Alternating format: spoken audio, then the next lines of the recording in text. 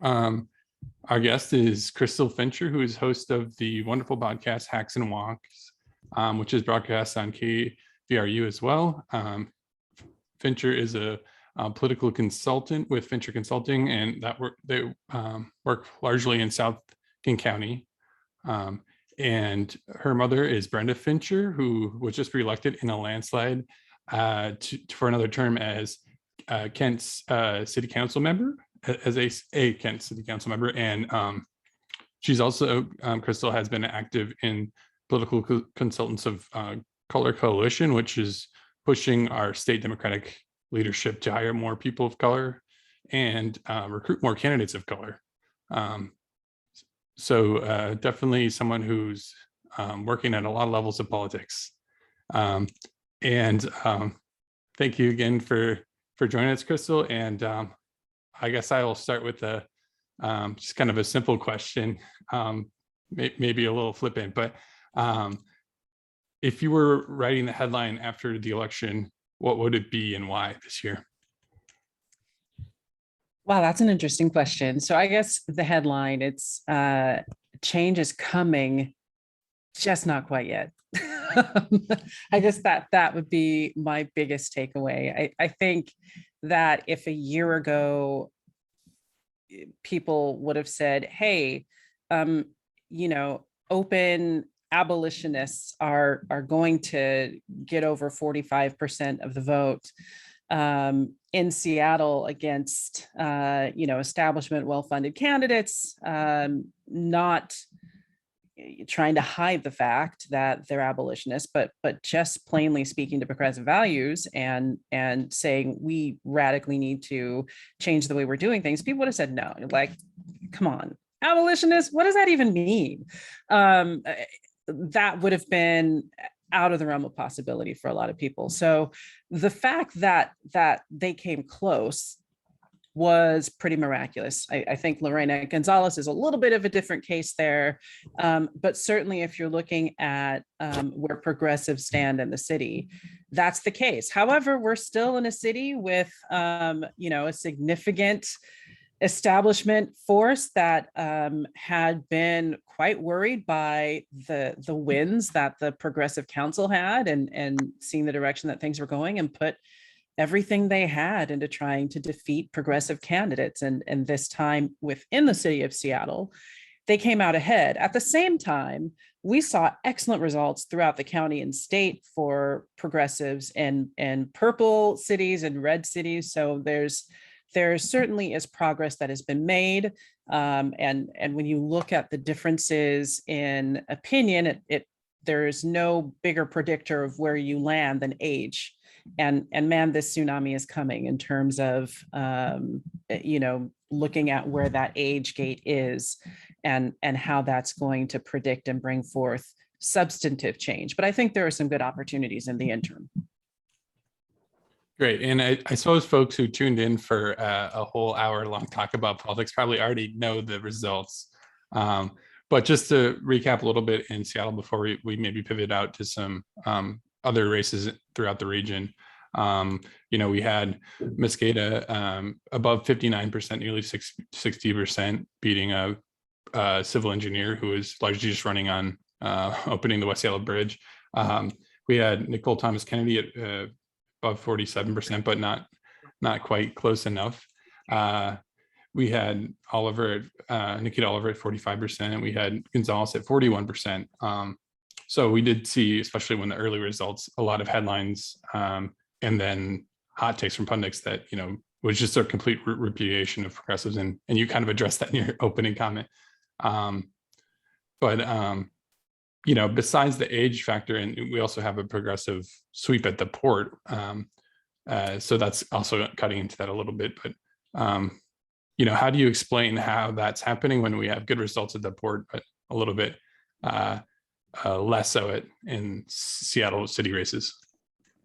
I think that just the impact of money and just kind of this brute force campaign style that happens when you have candidates getting outspent by $500,000 up to $1 million, it's significant. And I also think that we need to look at their playbook for winning these races against progressives.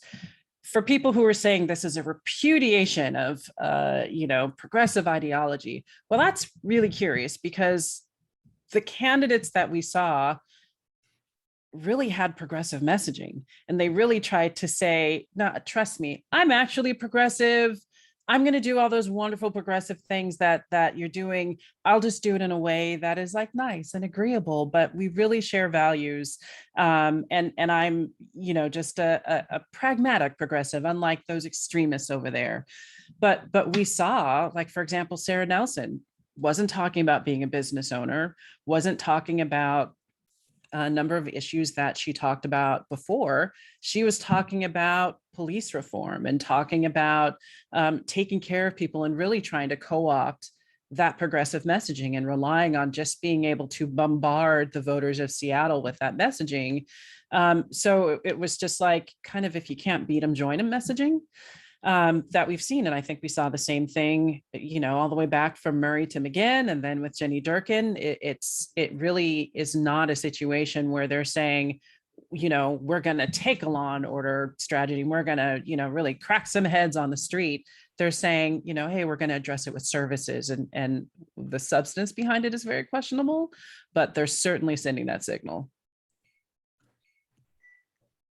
And if you would kind of take us through some of the interesting races where progressives broke through in outside of Seattle, and I'm thinking places like Burien and Renton, even Kent, like where your mother retained her seat. I assume she's a good progressive. So she is a good progressive, and the most compassionate person I know. So there are lots of things to be excited about. You mentioned the port races, but looking at the Burien races, in Burien, there were progressives elected before, and it kind of similar to Seattle, they'd started accomplishing some things, and they're like, okay, like, let's go. And there was a backlash and significant opposition, and really trying to push back, people being very threatened about the direction things are going. So there were some really hard fought races, but you saw Sarah Moore and Hugo Garcia there run excellent races, and they're newcomers, great progressives who were elected in the city of Burien. You saw Mayor Mata be reelected in a tough race. It was a tough primary race and a tough general election race. So that was heartening to see. Probably what makes me most excited, which is one of the biggest efforts in the state, was the city of SeaTac. You saw Iris Guzman, Jake Simpson, Mohammed Iqbal all win. These are huge races, and SeaTac was a city where you had a Trumpist majority on the council who was, they were hostile to the population there. I see Breonna Thomas with her little applause. Breonna Thomas being an early organizer in the city of SeaTac, and helping to pass the very first $15 an hour minimum wage in the country actually happened in SeaTac, and Seattle followed. So looking at SeaTac is particularly gratifying to me, because there were, in a lot of South Sound cities, we've seen people move there because they were displaced from Seattle and other areas. And that displacement came with a backlash and significant othering by some of the population who lived there, certainly people who were in power. And we saw, to a greater degree, these governments that are not reflecting the residents who live there in the city. And some of those cities recognize that and are trying to grapple with that in some ways, and others were actively fighting against it. SeaTac was one of those that was actively fighting against the population that was there, bending over backwards to make them feel unwelcome. So some progress was made 2 years ago, but it was mixed results. This time, and really what I credit to a multi-year organizational effort and other allies stepping in to support great candidates, they swept these races. So SeaTac Council has completely flipped, and that's just really, really exciting. In Renton, like, we saw Carmen Rivera, who again, we have these strong, bold, fearless candidates who are not compromising on values at all. They're articulating a bold progressive vision in ways that are meeting the needs of the residents in the cities. And that really goes against some of the messaging that people are trying to kind of fit into we saw Virginia and we saw some other places, and they're like, well, maybe it's just this repudiation, which isn't connecting to the reality that we're seeing on the ground, especially when ideas are able to really, be talked about and explored and hashed out. Residents, even if they're voting, have voted for Republicans before, they actually support progressive policy. And so if you articulate that in a way that is connecting with the population there, it's possible to be successful, even if you're not an incumbent, even if you're new and running as a first-time candidate, which are two significant barriers to running. And oftentimes people are not successful the first time they run. And especially if they're running against an incumbent, like those are really big hurdles. And we saw strong progressives overcome those hurdles. Brenda was on the city council already, but is on a minority in this council. There is a progressive minority in Kent. Cliff Coffin ran an excellent campaign. And I think another example of someone who, it may take more than one run, but he absolutely is setting himself up for success. Like the council member he ran against had to run a couple times to get elected themselves. That's fairly common in Kent. But again, he, connected with residents, doorbelled a lot, did the work. And unfortunately, especially in a city, Kent is actually the largest city that is not districted. So it's kind of a similar dynamic in Seattle where you aren't able to doorbell a large percentage of the city. So you have to spend money to communicate with voters if you want to reach the population. So that favors institutional candidates with money, and it favors the status quo. And so he mounted a great campaign, but didn't make it this time. Brenda was an incumbent. That's already advantage. And Brenda is known for just attending every meeting, attending every event, just really staying in contact with the population and doing everything she can to understand what people need and just trying to help just from an individual basis. Just, someone just moved here and they're an immigrant and they need to be connected to the community or find healthy food or understand, have lessons to help learn English or get their kids into school. She is known for just walking people through the processes that they need and connecting people to services and other people. She's very much a connector. She's very compassionate. And so that certainly helped her. And she won by a large percentage. But we saw a lot of victories in a lot of different areas here in Washington. I mean, even looking at Spokane, where a candidate like Zac Zappone, progressive teacher who was targeted by the realtors pack. They spent a lot of money against him. They used dirty tricks. They tried to paint him as this extremist, anti-police candidate, and it didn't work. He just focused on getting his message out to people and to the residents in his district, and his message connected despite the incredible spending against him and the dirty tricks that were used, that he was able to break through that. And so there were some significant wins across the state. Obviously, we would have loved to see more of that in Seattle. We're going to have to settle for the port races and those winners in the city of Seattle. But yeah, it is opportunities for better in the future, and some wins that I think that we also need to acknowledge, and lots of opportunity and lots of optimism for what's coming in the next 2 and 4 years.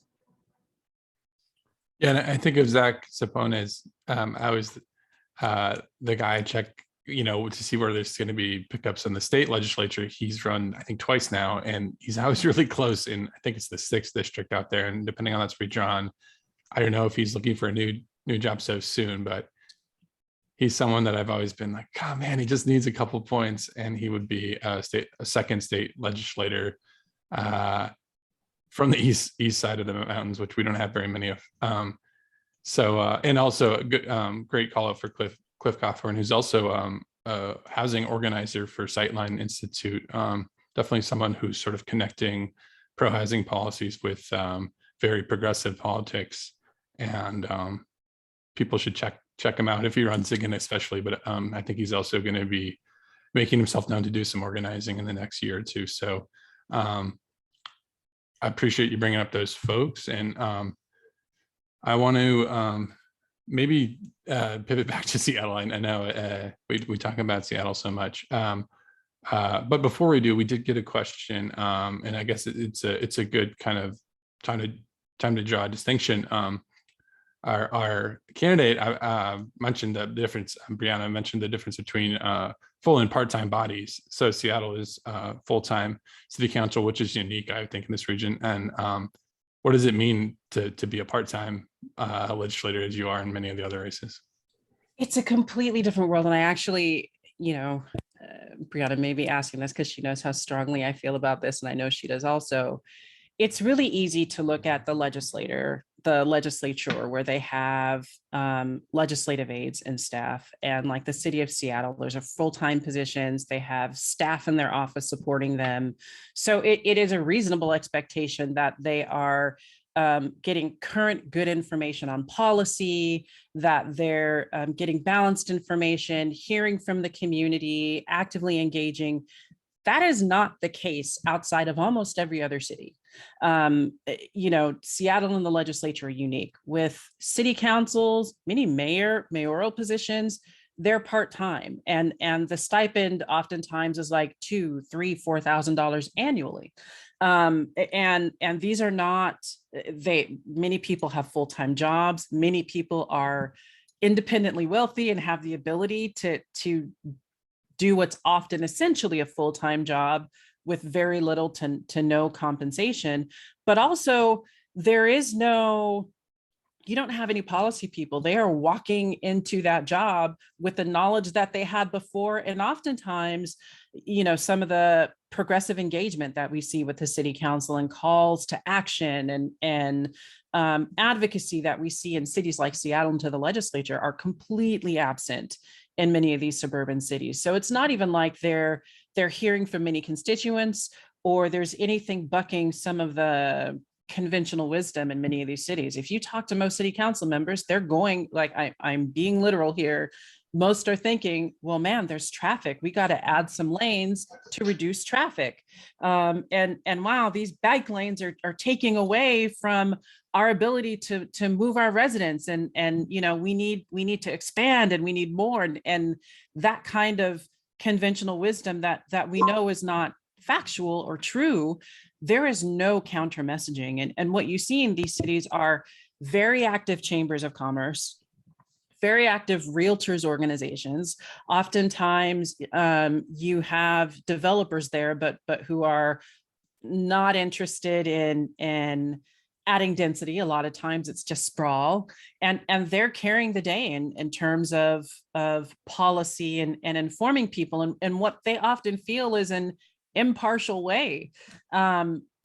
But it really isn't. They're just pushing their agenda, but no one else is engaging, and they aren't hearing anything else. And so it is often irritated me that sometimes people will look at a decision from one of these bodies and be like, how can they make such a ridiculous decision?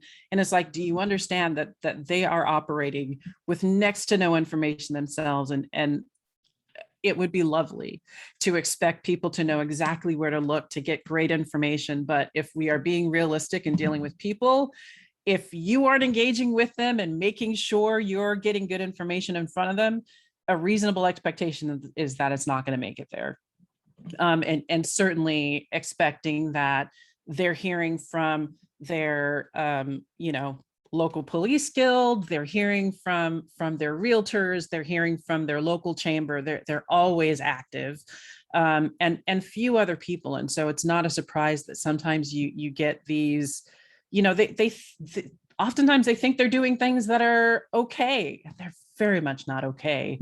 But we need progressive organizations. We need organizers. We need people pushing for progressive policy and lobbying these suburban and rural council members and mayors to move in the right direction. And the good news is, like, you get 2 people showing up at a city council meeting about an issue, and that's more people that have shown up in like months for an issue. And they're like, whoa, we got to pay attention here. Like it really does not take more than a handful to make people take notice. I've seen them take reverse votes and move in completely opposite directions based on a handful of people showing up and saying, actually, what you did was horrible. We're taking notice and we're going to be loud about this issue. We really care. It's really important. So I encourage people, oftentimes I talk about, if you live in Seattle, adopt a city outside of Seattle, adopt candidates outside of Seattle, because that advocacy makes all the difference in the world.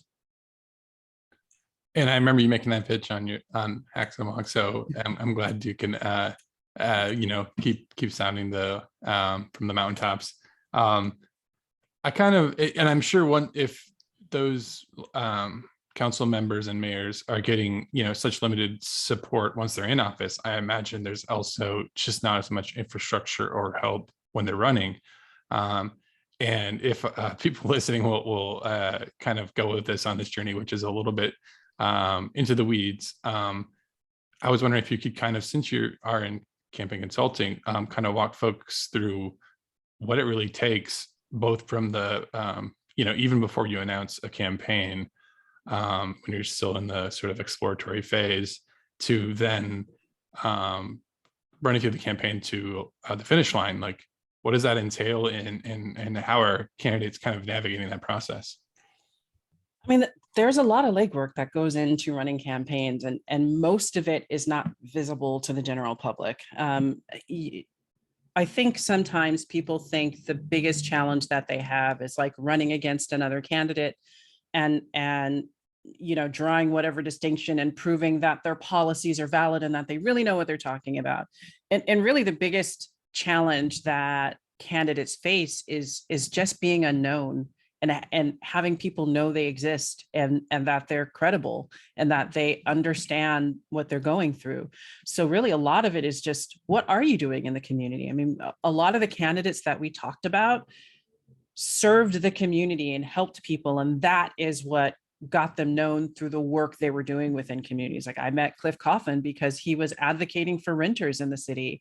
I met Hugo Garcia because he was active in these issues. Like, a lot of these people are doing work and helping people and helping the community, and that's how they're building their name. I would highly encourage people to, if you want to run for office, do it because you have something that you want to accomplish to help people, and not because you want to be elected. Because unfortunately, there's been a number of people who are just like, I think it would be cool to be in that position and to have the power to make some decisions. It really is not about the power that you have yourself. It's about using the power that you have to help people, and you can actually see how people use that power before they're elected. So paying attention to that, but building the network of people that understanding who is active in funding elections, who is active in the community, who are the forces that are likely to oppose you, and do you have the time and the resources and the family support, which is humongous? Are you able to negotiate around, your job or the way that you're making a living? Most of the people that I've worked with are not independently wealthy, and it's not like they've got their own, law firm that is functioning without them, or their investments are paying off and they have all this time to run. A lot of people are trying to figure out, okay, how am I still going to pay my bills and work? Like, Brenda in Kent is the first renter to ever be elected to the city council. And we're in that situation now where regular people living regular lives should be more represented in government, and trying to find ways to do that. So understanding that it takes a lot of time. It does take resources and the ability to fundraise, being comfortable asking people to donate, and understanding that it is a just and valid reason to ask people to donate, even though, I think very few of us are satisfied with our campaign finance system that we have now. There's a lot broken with it, and I would like to see it changed. I'm happy that people like Brianna worked on honest elections and bringing democracy vouchers to Seattle. Great step, and we need to continue to do more.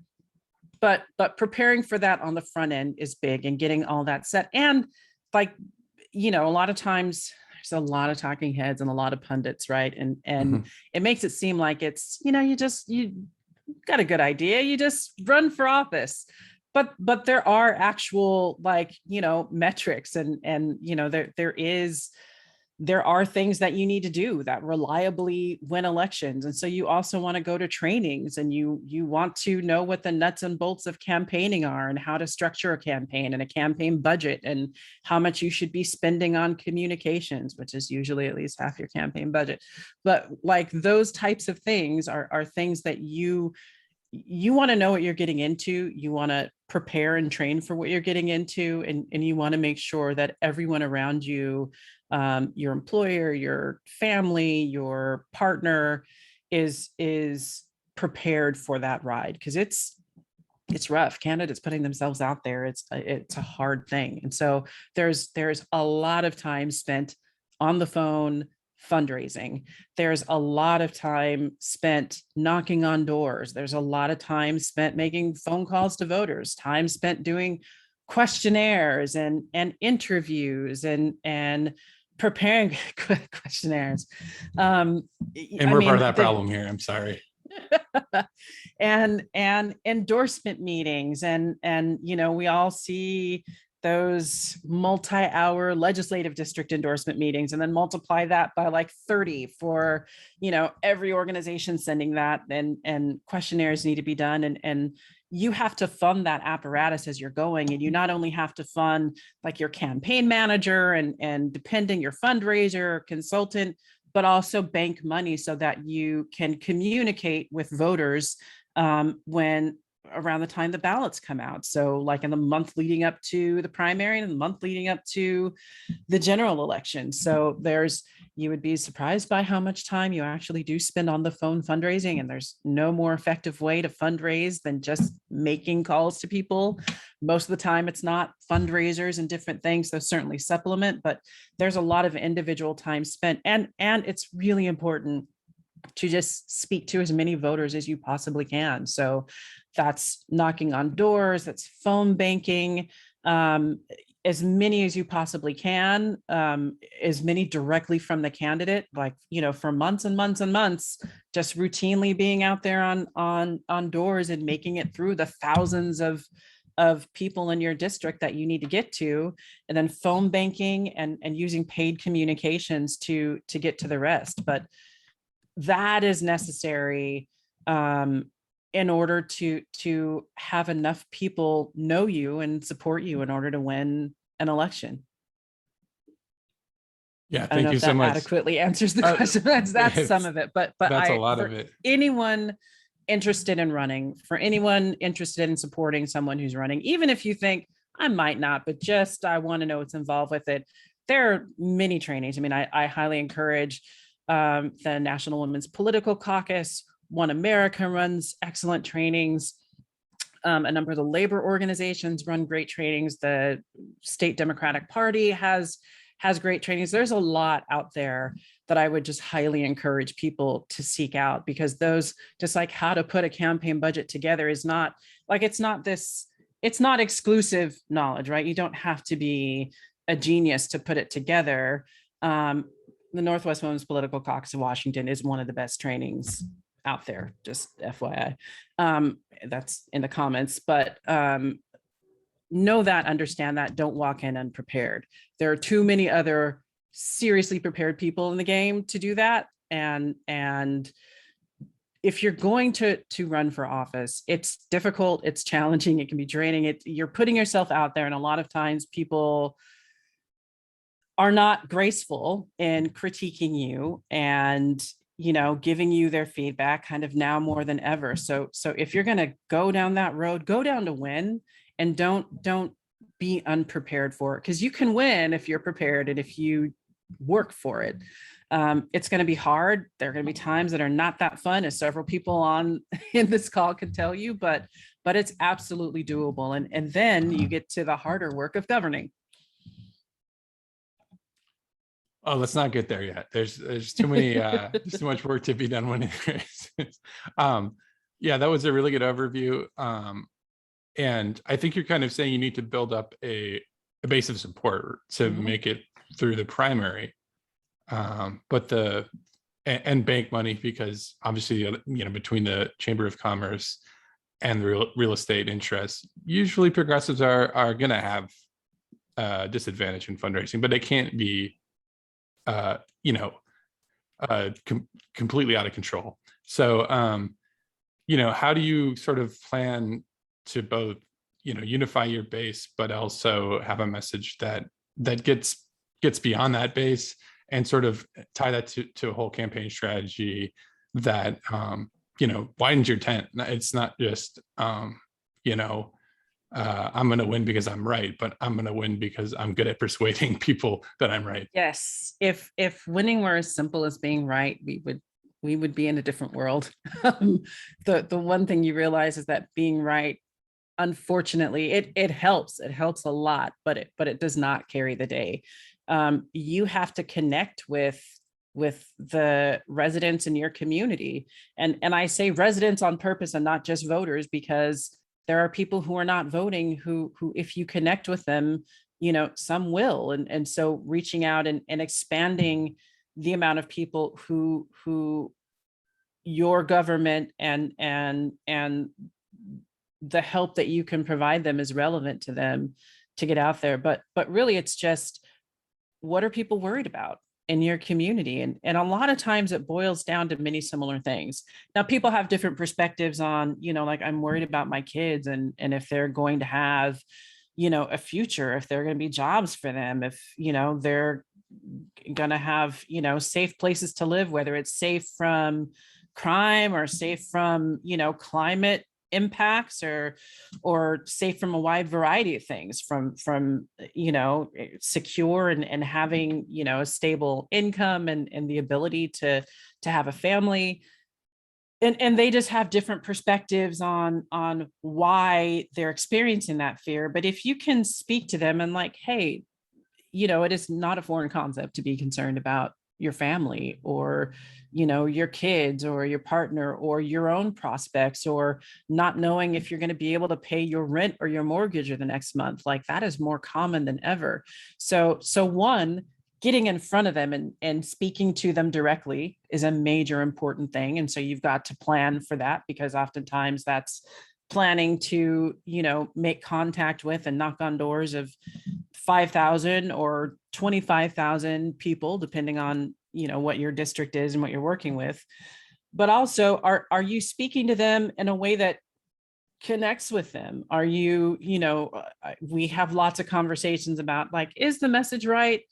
And like, should progressives be like moving more to the center and moderating? And I think what we see over and over again is actually candidates who speak to strong progressive values are experiencing more success than people who were like, you know, I want to be really progressive, but I got to rein it in a bit. Like, the reining it in is actually not a good thing. You have conservatives trying to put on the progressive, you know, messaging and all that to prevent other progressives from winning. But people who are articulating a bold progressive message, but just in a way that connects with their community, are winning. So connect with your community. I mean, a lot of it is, are you planning enough time? Do you have enough resources? Do you have a campaign structure that supports getting out to talk to the residents in your city, in a variety of different ways, through a variety of different methods? Are you talking to influential organizations? Do you know who they are? Do you have a relationship with them in your city? Do you know where they stand? A lot of times they may, you know, there's lots of people who actually will disagree with you on several things, but you're like, you know what? They listened. You'd be shocked by how often you hear that, like, especially in the suburbs. You know, yeah, they're probably a little more liberal than I would like, but they listen, and I know they mean well. Like, they're a regular person. They're not this caricature of some, you know, socialist, communist, you know, Nicole Thomas Kennedy ad that, you know, the people in Seattle would do. It's when you talk to them, they're reasonable and they actually care, and they're willing to put themselves on the line and spend their time and their resources to try and do something for the city. So, I mean, so much of this just boils down to, do you have a campaign infrastructure that supports you getting your message out to the majority of the residents in your district? consistently. And that takes time. And unfortunately, most of the time that takes money. You don't need to have as much money as your opponents. You just need to have enough to reliably get your message out and make sure people know who you are, so that if you are bombarded with nonsense, that it falls flat. Totally. And, we talked about the sort of positive side of things, but something I don't really talk about a lot. But what I was doing before the Urbanist was opposition research, and I'd done that for 3 cycles. And I think that's terrain that seemed fairly ceded to the opposition this time as far as progressives go. There were a lot of tweets that were ready for the opportune times in the campaigns to be released. And a lot of messages that were framed exactly how sort of the chamber and centrist side wanted them to be, but it didn't feel like there was the same effort. And it's sort of remarkable because we're only a year removed from passing Jumpstart Seattle, which was this huge deal, that it's patched up the budget, is going to be a huge source of money for housing and Green New Deal and homelessness prevention. So, how do you kind of combat what the opposite, because the campaign strategy is what you want to say, but it's also how do you stop your opponent from just like that caricature you mentioned, just creating a caricature of yourself that ends up being what most people who are kind of the persuadable voters are going to view you as. So you can't let your opponent be the only people talking to the residents in your district is kind of number one. And you have, I think it's really, I think it's a really hard thing to conceptualize that you can have a fairly large sphere of influence and circle of, people and kind of people in your bubble. So, I mean, hey, there can be like 10,000 people, which is a huge number, right? That is a movement, and you're on the same page and you're all there. But in like a city like Seattle, where there are 250,000 people voting, you can have your 10,000 or you can have your 50,000, right? But there's another 200,000 people out there who can't tell you the name of any city council person. There's 50,000 people who can't tell you the name of, any of the last 3 mayors, who are disconnected to a degree that is just not familiar with a lot of people who are very online or who are very plugged in to policy or politics, and recognizing that you have to connect with people who don't know what you're talking about and who've never heard of what you're talking about and who don't have the context that you do. So sometimes we get into the habit of using, shorthand, even like abolition, which is valid, right? But people just may not know what that is. And so connecting with them, okay, if abolition is a word or a concept unfamiliar, how do you explain it to someone who hasn't dealt with it before, right? And understanding that that's what you lead with, because you don't want to alienate people. People make very quick judgments on whether or not to give you their attention, on whether enough to view you with credibility or to have interest in what you're saying. And so if you start speaking in a way that doesn't connect with them, they turn off. And so it's keeping them, it's getting their interest and attention in a way that allows you to connect, right? So again, it is just speaking to people without assuming that they already know why what you're saying is right. You have to continually make the case about why what you're doing is valid, why what you're doing is right. People talk about message discipline and like just having, sound bites and things that you say and that you repeat over and over again. And you look at sometimes reporters are guilty of this. They're like, well, I've heard, you say the same thing 8 times. Well, yeah, because you're plugged in. But it takes 8 times for it to maybe make it through one time to the person who isn't paying very much attention, or they're just trying to get home from work and get their kids dinner on the table and do homework and figure out like what bills they need to pay and get ready for tomorrow, and they're living life, and they don't have time or attention or resources. For some others, they just aren't plugged in until they decide to be plugged in, and it is a matter of choice. But you have to continually think that I always have to put into context what I'm doing. I always have to explain why what I'm doing is important and what I'm doing, how it benefits the voter out there, and continually making the case. And doing that if you are a candidate, and then continuing to do that while you're elected. You have to continually make the case, because what we see on the other side is that there are institutional forces, like the Seattle Times editorial board and like some of the evening news that we see, that every single evening, every single week, they are making their own case, and they are, laying blame on the heads of people. They're propping other people up. They're saying, this is the right way to do things. And, this is a problem because of this decision and this policy. And you have to make the case in the other decision and in the other way. And even though it seems obvious to you, and even though everyone that is around you feels like it's also obvious, and you've talked about it 87 times, there's still people who've never heard about it before and who don't understand that, some crime is up and some crime is down, and who don't understand, like, basic to people who are very plugged in.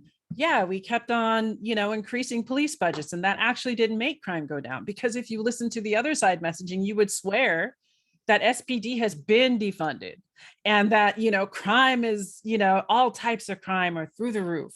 And that if we just invested more money in our police officers, that they would, make us safer. And thank goodness they prevent so much crime, right? Like, there's just a lot that people don't question until they're forced to question, until someone says, now, have you ever thought about that? And they're like, wait a minute, I actually haven't. And now that I do, that doesn't make any sense. But it's just getting to them, and at least getting to them enough that when they hear the other side say, and all we need to do is hire more police and everything will be fine and we'll be safe. And they go, well, wait a minute, we did that. So why would it be any different this time? Why, if we keep doing the same thing, will nothing change? So we just have to continue to get the message out there and to talk about why it's right in kind of basic building block ways, and ways that seem really obvious and kind of pedantic, while never speaking down to people, while never assuming that they don't know because they're ignorant in some way, or they're less intelligent in some way. There are lots of reasons why people don't know, and our system is very inaccessible, which is very convenient for a lot of people within the system, right? And so just understanding that because it has been so inaccessible, we have to continue to bend over backwards to make it more accessible, and to not assume that someone should already know, and that when they don't know, that they aren't worthy of bringing along in this journey too. Yeah, that's really sage advice. And you kind of were hitting at how that works with policing, but I was curious if you had advice for how you think the left can kind of break down and really present solutions for some of the really salient issues that to this election are likely to remain salient unless we solve them for foreseeable future. Things like homelessness, and housing, and how zoning relates to that. It's a dense problem and topic to talk about, but we saw a huge contrast in this election, and we didn't really win on it. So I'm curious to hear your thoughts on that. Well, I think a lot of it boils down to, again, talking about a couple things. One, accountability. What has been missing in the Seattle sphere, I think, a lot is appropriate accountability. Again, because we have institutional forces that are very interested and active in pushing their agenda by, like, shaping their own narratives.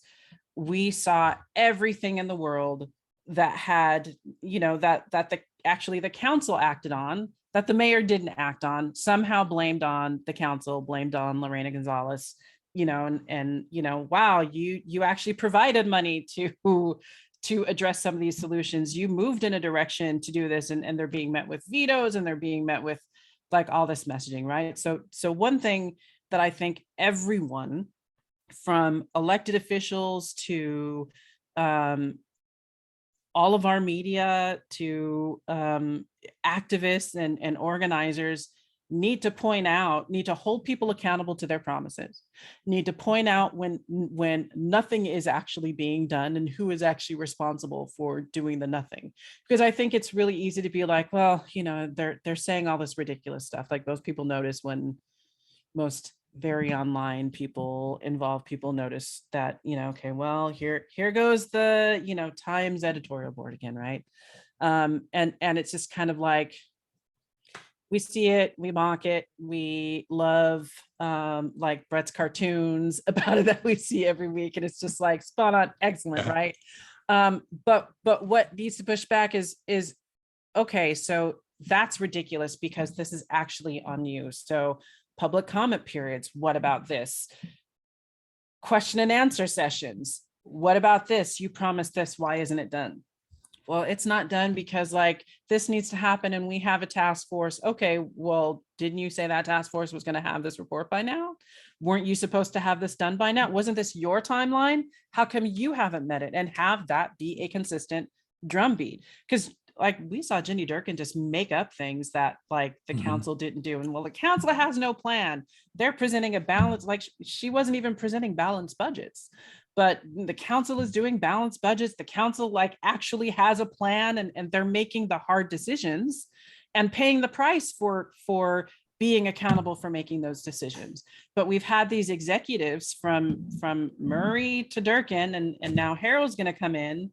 And it's really easy to make promises. And especially when you come out of a legislative body like Harold did and like Murray did, to make a promise and to be like, and great, and we said we're gonna do this policy, and here's a task force, and at least, hey, I said my piece, and not be responsible for the execution of it, right? So hold people accountable to their word and hold people accountable to the execution, and press them when it's not happening when they said it was happening. So I like the catalog of promises that were made by Harold. And to that point, the catalog of promises that were made by Sarah Nelson and Teresa Mosqueda. Just because someone's on your side, and someone who you may have endorsed or whatever, does not mean that they are beyond accountability. It's kind of like, okay, it's time to make sure that we take action and evaluate people on what they're doing, not just on what they promised. So accountability is a big part of this whole thing. And I don't think that we overall on the left have done a great job. And I don't, well, I would, I don't even want to say that we haven't done a great job. The other side is really good at that. The other side is so good at placing blame on whoever they want to place it on, regardless of whether there's facts or data to support it. It's time that we recognize that they're playing that game, and the only way that we make progress is through accountability. And so we've got to get better at that on our side. And then we also have to message our wins, and we have to message, like, one thing that drives me crazy and that I spend time fantasizing about is like, wow, there is such a, especially like coming from the McGinn administration, all the things that they said were going to end the world, right? Like the war on cars from him. I remember just the uproar about road diets, and like it was going to bring traffic to a standstill. Like traffic calming was the worst, most ridiculous lefty radical idea in the world. And like all the stuff that he was talking about, like bike lanes, protected bike lanes that he was talking about, but like they were going to be the beginning of the downfall of the city, right? And then like it was going to bring traffic to a standstill, and then it happened, and like things got better, and now people act like it's normal, right? But I think it actually is important to be like, hey, I just want everyone to see that the people who want you to listen to them as like the adults in the room keep getting this stuff wrong. They keep getting wrong that if we raise the minimum wage, that like the sky is going to fall in Seattle. If we do paid family leave, that businesses are going to leave the city. That if we invest in people, that that's just going to, you know, make crime shoot through the roof and bring chaos. Like, we actually have to point out that these people keep saying ridiculous wrong things and call them out on the wrong and be like, you know, I'm doing this in defiance of what they said. And thank goodness I didn't listen to the Times editorial board. Thank goodness I didn't listen to the DSA on this one, because if I did, we wouldn't be experiencing this benefit as a community. So let this be a lesson that when you hear them say that, remember that you wouldn't, like, this benefit that we have now would not be existing if we keep listening to them. I don't think we do enough of that. And I think that would be helpful, because these people just keep saying the same old things every single time. And it's hard because like they have big legacy media behind them, and you've got like publications like the Urbanist punching above your weight, really, and publications like Publicola and The Stranger trying to do the work of like well-funded network stations, and it's challenging. But if we speak with one voice, we're formidable. If we act in unison, we're unstoppable. And so we just have to understand what the assignment is and then execute. I love that. Yeah, that's inspiring. And you know, and I think the really frustrating thing is we'll see the sort of centrist side also sort of embrace progressive things on the surface level. And I'm thinking especially of the zoning issue. If we go back to the head tax, and I think they brought it up again during Jumpstart, you know, oh, we don't need to do this. The way to solve the housing crisis is to upzone. And they're shameless. So in 2021, they'll totally run Bruce Harrell saying, you know, I don't think I actually want to upzone pretty much anywhere that's not, you know, I don't know, on light rail or, you know, meets a lot of different conditions. Basically, the status quo, urban villages are the exception and single family zoning is the norm. And I really appreciate that, you know, Hacks Wonks really grapples with the zoning issue. And I was impressed how many different people you bring on the show who are working in, you know, South King or North King or all over the place, and not exactly, you know, they're not who you'd expect to be raising that flag always, but everyone seems to kind of agree about it. So there's sort of a consensus on the left, and supposedly there's a consensus on the chamber, but it doesn't happen. So, you know, how do you, and we saw Council President Gonzalez try, but it just kind of got washed out. Maybe it wasn't the issue of the election, but you know, how do you kind of connect that issue to, like you said, to sort of the average voter who, you know, doesn't really want to hear about the economics theory, maybe, or I don't know what the holdup is, but you know, it's going to be a thing that takes some explaining. So how would you propose to kind of break through?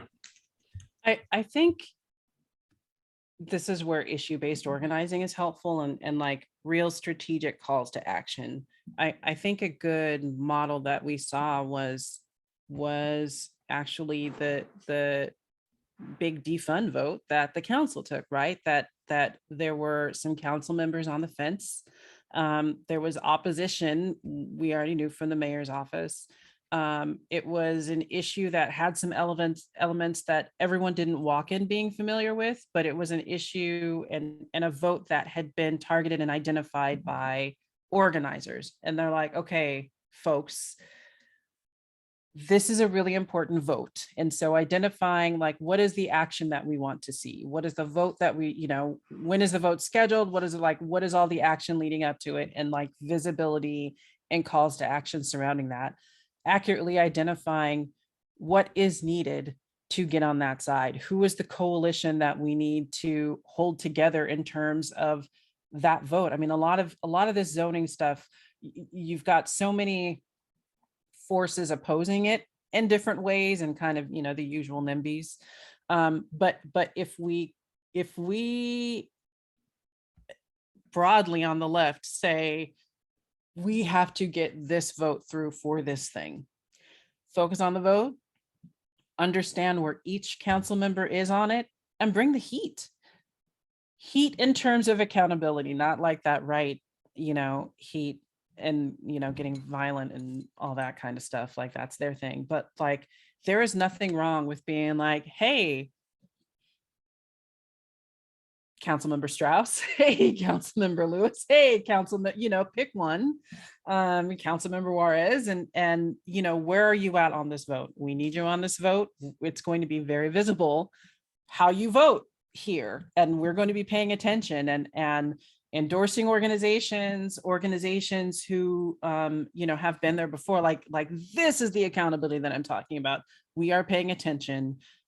This is going, this is one of the most important issues to us, and this is necessary for progress in Seattle. If you're not voting on this, you're voting against progress in Seattle, and we're going to talk about that a lot.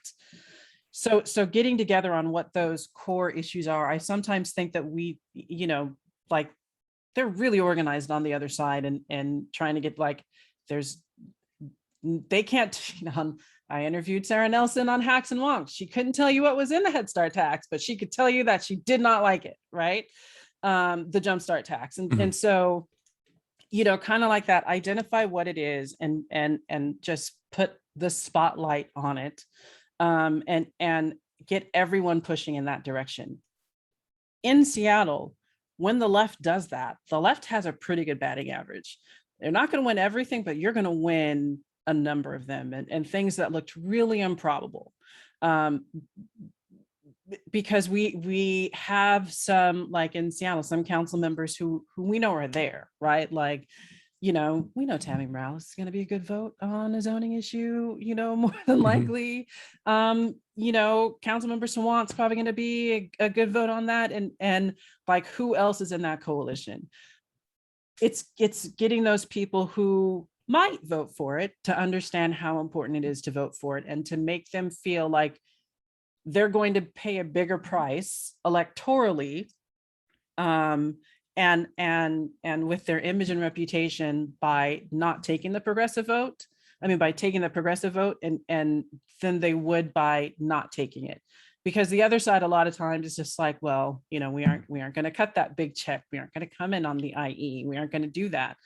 And they have money which filters into votes, but what we have on this side is like actual people and actual votes, and people on the ground who are voters, who are people who are doing that. And sometimes they just count on the left not being able to message as widely as others.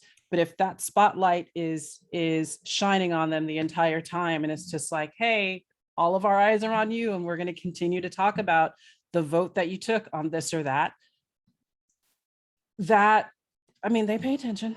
They pay attention. We've seen them pay attention before. I see, Brianna, there's a deep importance in coalitions working together, moving in unison from one vote to another. Often votes will show up on their niche issue, I can't read, and then disappear on intersecting issues that need the same kind of engagement. True. I think that one thing we're getting better at on the left, and that we have to continue to get better at, specifically the dynamic between more established progressive organizations and maybe newer, smaller, community-based organizations, is showing up for each other. Because we'll get calls to action from some more established organizations, and like they'll put together a coalition, and like, boom, we're moving in that direction.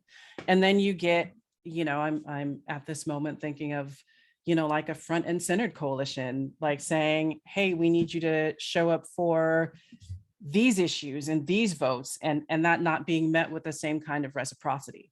And so then feeling exploited, or like you don't have their back, or like, okay, well, you keep asking us to show up for you and you aren't showing up for us. So for all of us in all of our spaces to show up for each other. So, if it's a, vote on pollution, if it's a vote on, mitigating greenhouse gas emissions, if it's a vote on zoning, if it's a vote on, you know, police accountability, that we're all showing up for each other in those spaces, because it's not going to work when we don't. And so many times the way that they break us apart is by making sure that we don't show up for each other. Like that is the key to like breaking the momentum and breaking the bond. So, you know, whether it's for workers' rights or environmental justice, like we've got to move in unison. We have to, and we can. And there have been moments when we have, and those have been really successful, powerful moments, and there needs to be more of that. And what do you kind of expect the next couple of years to entail, with now, you know, Sarah Nelson being one of the council members, Bruce Harrell being the mayor? You know, what kind of relationship do you think the council and the mayor will have, and how is the dynamic going to change, if anything? And we also have, as you mentioned, the recall for Councilmember Salant. So, you know, what's the direction the city's going? I mean, realistically, it's not like the dynamic between the council and the mayor is automatically much different than it was before. Like there's one different, but you still, I mean, people act like the council is just acting in a rogue way, right? Progressive council members are doing the job that the people who voted for them elected them to do. And Seattle residents like progressive policy. That's why these moderates have to mimic progressive messaging in order to win. So it's popular. Things like the Jumpstart tax are super popular. People, you know, Sarah Nelson had to talk about police reform and couldn't just be like, things are great and we're going to do nothing. That wasn't working. So I think what will be helpful is to be like, okay, so you said you were going to do something. What is the something? Actually be accountable to the something. And if they're dragging their feet, be like, look at them continuing to, we told you they're going to drag their feet, they're dragging their feet. This is the drag the feet council member. This is why nothing is happening. This is why problems are languishing. And let's be accurate about where the responsibility lies for things happening and not happening. But I think the dynamic there, like, I actually think Bruce Harrell will probably be a better manager than Jenny Durkin, which is admittedly a low bar, but like, I think that there, you know, there could be an administration there that is much more competent at building relationships within the city. Maybe, perhaps, I could be wrong, but I mean, I see an opportunity there. So, you know, there are some things coming up there. Bruce Harrell's going to hire a police chief. There's going to be a SPOG contract ratified that, you know, the council and the mayor are going to have to, you know, negotiate and vote on. There's going to be the Jumpstart tax that needs defending. Like, those are all opportunities to examine what promises were made during the campaign and hold people accountable to what they said would happen, and to like make that front and center everything that they talk about, and push reporters even from majority organizations and within the Urbanists to like, hey, here's a meeting coming up. This is the action, like this is what these council members promised. Are they going to act consistent with that? This is what Bruce Harrell said he was going to do. Is he going to act you know, in a way that's consistent with his words? And you know, there may be challenges between them, but I think what is helpful to the left is just being clear about like, okay, they said, you know, focus on action. Like it's just about action. Task forces are not action. Sometimes they're helpful in doing stuff, but there comes a time for making a decision. And you know, if the council sets policy and sets a budget, then okay, Mayor Harrell, what are you doing with it? Here's like, let's go. I feel like there, you know, there were some people shouting into the wilderness here and there about that, you know, frequently during this last administration, even the one before that, but it wasn't in a uniform, sustained way. I think we can do much better. And so I think that I see challenges between them. I see probably council members who may be doing some calculations of their own to be like, where's a good place for me to be, who are trying to determine what the opportunities are here. And I mean, I also think it's important to like, hey, where are places where there is agreement? Like, let's identify where the council and Harold like appear to be on the same page. And can we push through some good policy where it looks like there's agreement? There are opportunities for that in some areas. So like, let's also focus on getting some wins. Good things happening is still a good thing happening. Even if you may not be in coalition with someone all the time, if there's some low hanging fruit that we see, let's figure that out and get moving. Cause like, there's too much going on to be stagnant and to not move when we have the opportunity to move. But we're going to have to push people to keep them moving, because I think some people just are not used to the level of sustained action that's going to be necessary to effectively deal with the challenges that Seattle and other cities are facing. We are about at time, so I will actually over our time, but and I think that's a great point. And actually, Bruce Harrell kind of portrayed himself as the architect of the Seattle Green New Deal. So there's maybe there's something you want to kind of put some more meat behind that in practice. But sort of a final question. A few people asked, what keeps you doing this work and hopeful?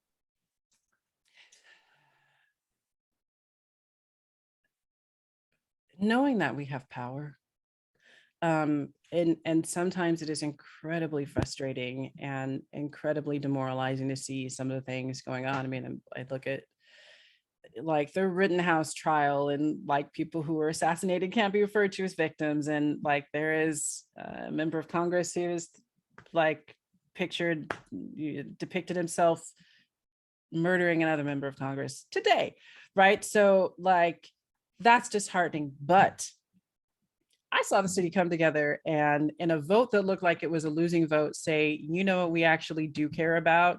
Keeping residents safe in the city of Seattle, and like flipped a council member and pushed the city council to pass one of the most progressive public safety policies that we have in the country. We have the opportunity to move in such powerful directions. We just saw 47% of the city vote like unabashedly in favor of abolition. We saw candidates stand up for mutual aid and helping people. I mean, even just stepping back a little bit, we went into the like recession of like 2008, 2009, and we're talking about austerity and paid for, right? Like people suffered, that was bad. This recession here in Washington, we talked about taking care of people and we're better off for it. Like we are learning that taking care of our neighbors is how we thrive ourselves, and that healthy communities build healthier communities. And so, and just watching people take care of each other. I mean, I have great neighbors and we talk to each other and we look out for each other, and this is a community. And if we just work on helping out our neighbors and caring about our neighbors that we know, and then extending that to our neighbors that we don't know, we're all going to be better off, and we all have the power to do that. And so many people are doing that work and are holding together the community in ways that are powerful and visible. And if we just continue pushing in that direction, we will win. It's coming. I think your very first question is like, change is coming. It's just not all here quite yet, but it's coming, and we're getting some good wins, and it is on purpose that people are not talking about those wins, because they want us demoralized, right? They want us giving it because we are close. That's why they're fighting so hard against it, because we're close. So let's not stop pushing. We can do this. I mean, I don't, especially for white people, right? Like, I don't know that you connect this, but my ancestors were enslaved. For me to be here coming from that means that everything is possible. Everything is possible. So, I for my kid, for my grandkid and kids, I'm gonna keep fighting. We owe it to them. My ancestors did it for me. I'm gonna do it for them. Yes, preach. I agree. That is really powerful way to end it. And I've just dropped the link to the podcast in the chat. So if you're not a listener, I would suggest becoming one. And we'll keep fighting. And just a reminder, we have Dago Chain next month for our Urbanist Meetup, state traffic engineer. So we'll dig into how we do some more street safety stuff across the state and get the traffic fatality rate back going in the right direction. And we have a state legislative review in January. So check out those events if you'd like to join us for those. And thanks again to Crystal for joining us. Thank you.